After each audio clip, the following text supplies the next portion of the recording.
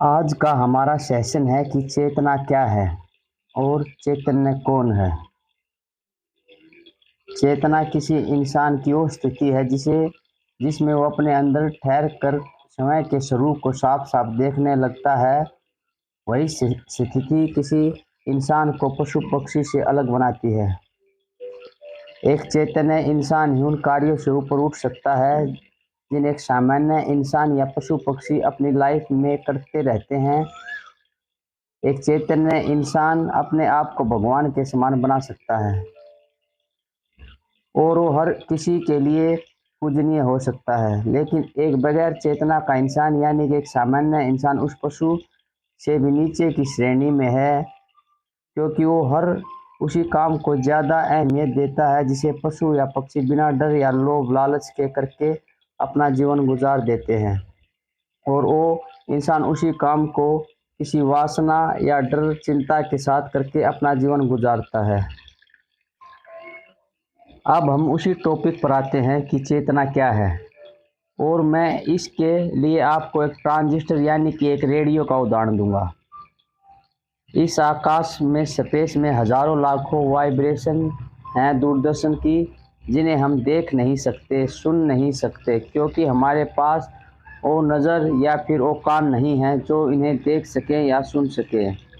और एक टीवी से के माध्यम से हम उन्हें देख सकते हैं और एक रेडियो ट्रांजिस्टर उन्हें अपने अंदर ग्रहण करके हम तक पहुंचा सकता है।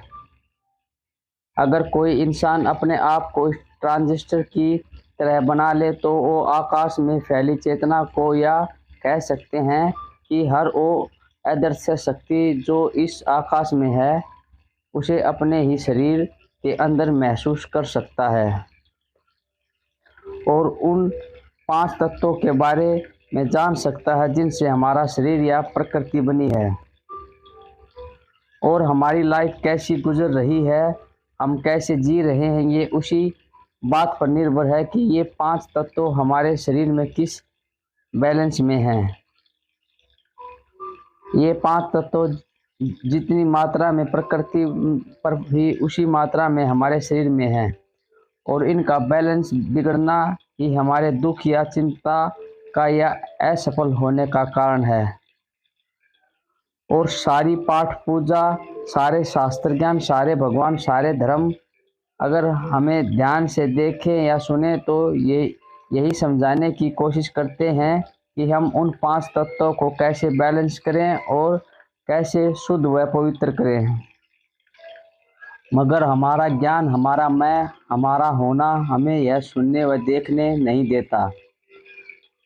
हम हर उस चीज़ से डरते हैं जो हमें हमारी चेतना के पास लेकर आती है, जो हमें बाहर से हटाकर समय के साथ जोड़ती है।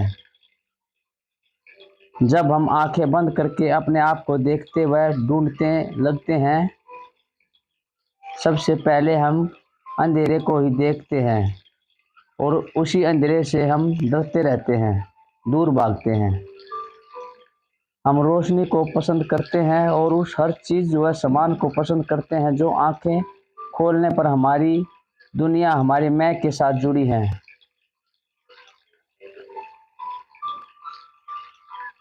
अगर हमारी नज़र ब्रह्मांड पर जाती है तो पूरे ब्रह्मांड में ज़्यादातर अंधेरा ही है।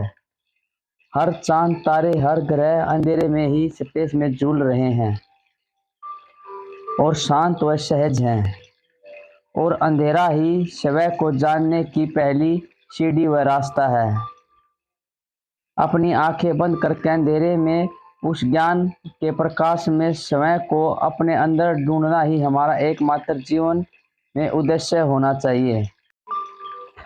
हमें चाहिए कि किसी ज्ञान के प्रकाश से हम अपने शरीर व विचारों को इतना पवित्र व शुद्ध बना लें कि वह अंधेरा जो आंखें बंद करके हमें दिखाई देता है, वह किसी प्रकाश में बदल जाए और हमें अपना ही स्वरूप साफ साफ दिखाई देने लगे। एक चैतन्य इंसान में वो स्पष्टता होती है कि वो अपने अंदर अपने प्रकाश के साथ अपने आकाश व अपने स्पेस को साफ साफ देख सकता है। वह इतना शुद्ध व पवित्र होता है कि वह अपने शरीर को पारदर्शी करके देख सकता है। वह देख सकता है कि अंदर का आकाश व प्रकाश बाहर के आकाश व प्रकाश का ही स्वरूप है, और हमारा शरीर ही उसे जानने में हमारा सबसे बड़ा शत्रु है। और शरीर को पारदर्शी बनना ही चेतना को जानने का एक रास्ता है। अब मैं एक मिट्टी के मटके का उदाहरण देकर आपको कुछ समझाने की कोशिश करता हूँ। एक मिट्टी का मटका खुद को मटका समझकर, छोटा बड़ा समझकर, अच्छा बुरा समझकर पूरा जीवन डर व चिंता व व्यर्थ के गुजारता रहता है। मगर वह जब टूट जाता है तो उसका शरीर जो मिट्टी का ही बना था वह मिट्टी में मिल जाता है, और उसके अंदर का आकाश वह स्पेस उस आकाश व स्पेस में मिल जाता है जो बाहर होता है, और उसके अंदर जो वायु होती है वह उसी वायु में मिल जाती है जो बाहर होती है। इसी प्रकार हमें चाहिए कि हम अपने अंदर के आकाश व प्रकाश को, अपना शरीर को हटाकर देखें, उसे किसी साधना या ज्ञान से इतना पवित्र बना ले कि वह पारदर्शी हो जाए और अंदर व बाहर एक समान देखने लगे। अपने खुद के शरीर के अंदर उस चेतना को महसूस करें जो शरीर के बाहर पूरे ब्रह्मांड में चल रही है। एक चैतन्य इंसान अपनी चेतना के प्रकाश में जी कर अपने जीवन को आनंदित और सफल बना सकता है। लेकिन जब वह इसी प्रकाश को संसार प्रकाशित करने के लिए फैलाता है तो वह पूजनीय व भगवान कहलाने के लायक हो जाता है। उसमें वो क्षमता आ जाती है कि वो किसी को आशीर्वाद दे सके, किसी के जीवन को प्रकाशित कर सके। अगर किसी भी इंसान में, अपने फील्ड में, अपने काम में कुछ भी अलग व अच्छा करके दिखाया है और वह सफल हुआ है, तो हम वो कहीं ना कहीं अपनी चेतना यानी कि कह सकते हैं कि वह खुद के साथ ही जुड़ा होने के कारण करके दिखाया है। हम अपने खुद के साथ जब जुड़ सकते हैं जब हमें अपनी एकांत या अकेले होने से डर नहीं लगता। जब हम मेडिटेशन ध्यान का रास्ता पकड़ते हैं तो हमें अंधेरा ही दिखाई देता है, और वही अंधेरा सबसे पहले अकेला ही करता है, और इसी अकेलेपन में हम ज्ञान के द्वारा अपनी नज़र को प्रकाशित कर सकते हैं जो हमारे अंदर लौट रही है, हमें आनंद के साथ पवित्र व शुद्ध कर रही है, हमारा सारा होना पाना, सारा डर व चिंता को ख़त्म कर रही है। और जब हमारे अंदर से डर व चिंताएं बाहर आ जाती हैं तो एक खाली जगह, एक स्पेस अंदर बन जाता है, और उसी खाली जगह को हम ज्ञान के प्रकाश से प्रकाशित कर सकते हैं और अपने स्वरूप को साफ साफ देख सकते हैं जो कहीं हमारी चिंताओं, डर व अहंकार में नीचे दबा हुआ था। बस इस प्रकाश का सारा शरीर में फैलना और अपने स्वरूप को बाहर का ही स्वरूप साफ साफ देखना, उसका ही प्रतिबिंब खुद में महसूस करना हमें चैतन्य बनाता है। हमारे शांत व पवित्र मन में इतनी शक्ति है कि वह हमारे बाहर की दुनिया को संवार सके, मगर इसके लिए पहले हमें बाहर की दुनिया से अपने अंदर की दुनिया में कार्य करना होगा। हमारे सारे धर्म, मंत्र, उपवास उसी ऊर्जा को प्रकाशित करने के लिए होते हैं जो किसी शक्ति के रूप में हमारे अंदर छुपी हुई है और बस हमारे ठहरने और अंदर लौटने का इंतज़ार कर रही है। मगर हम इंसान हैं कि उस भगवान, उस मंत्रों, उस धर्म को सिर्फ मानते ही जा रहे हैं जिन्हें हमें मानने की नहीं, जानने की ज़रूरत है। हम अपनी दुनिया में इतना घुल गए हैं कि हम उससे बाहर निकलने से डरते हैं, कुछ खोने से डरते हैं, कुछ बदलने से डरते हैं। और जब हम अपने चेतना को जानने के रास्ते पर चलते हैं तो हमारी ज़िंदगी में उथल के बाद बदलाव आना बहुत ही ज़रूरी है। हमें अपनी भीड़ को छोड़कर अकेला होना ही होगा। जब एकांत और अकेलापन एक साथ मिलते हैं तो हमारी नज़र हमारे अंदर हम ही में ढूंढती रहती है। हर वो विचार आने लगता है जो हमें अपने बारे में, अपने जीवन के संघर्ष के बारे में उस शक्ति से पूछना है जिसने हमें बनाया है, जिसने हमें जन्म देकर इस पृथ्वी पर छोड़ दिया है। और जो जो हम अपने अंदर अपनी चेतना को देखने लगते हैं, हमारे सारे सवालों के जवाब मिलने लगते हैं। मगर उस अवस्था में हमारे सारे सवाल जवाब होना पाना करना सब खत्म हो जाता है।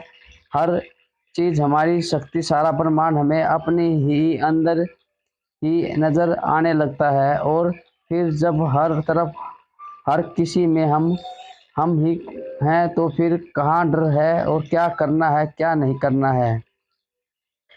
बस बहते जाना है उस नदी की तरह जो बिना संघर्ष के बहती जा रही है। हमारा जीवन बिना संघर्ष के और बिना डर के वह चिंता के बस चलता ही रहता है। हमारे सारे सवाल जवाब समाप्त हो जाते हैं। हम किसी से कोई शिकायत या उपेक्षा नहीं रहती। हमारा सारा ब्रह्मांड ही चैतन्य शक्ति में है और इस ब्रह्मांड में दिखने वाली हर चीज़, हर वस्तु में चेतना है और इसे देखने व महसूस करने की कला सिर्फ इंसान के पास है। हम इस आकाश की चेतना में उसी तरह जी रहे हैं जिस तरह हमारे शरीर में सभी सूक्ष्म जीव हमारी चेतना में जी रहे हैं।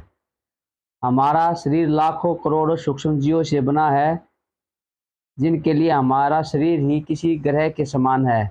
हमारे शरीर में उतनी ही तरह की आवाज़ें हैं जितनी इस ब्रह्मांड में हैं और वही आकाश अंदर है, वही आकाश बाहर है। उतनी ही मात्रा में अंधेरा है जितनी मात्रा में ब्रह्मांड में है। हर चीज़ हमारे शरीर के अनुपात में उसी मात्रा में है जितनी मात्रा में यह ब्रह्मांड में है। जल, अग्नि, वायु, आकाश, पृथ्वी सभी उसी अनुपात में हमारे शरीर में है और उसे जानना व समझना, महसूस करना ही असली ज्ञान है।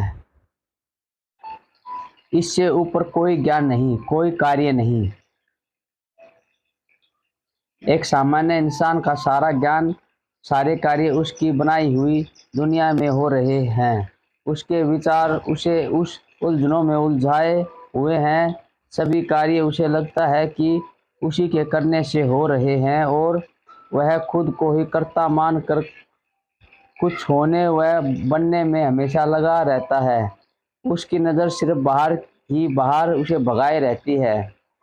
वह भूतकाल के बारे में, भविष्य के बारे में सोचता ही रहता है और इस वर्तमान से कोसों दूर ही रहता है जिसमें उसका सब कुछ करना या होना हो रहा है।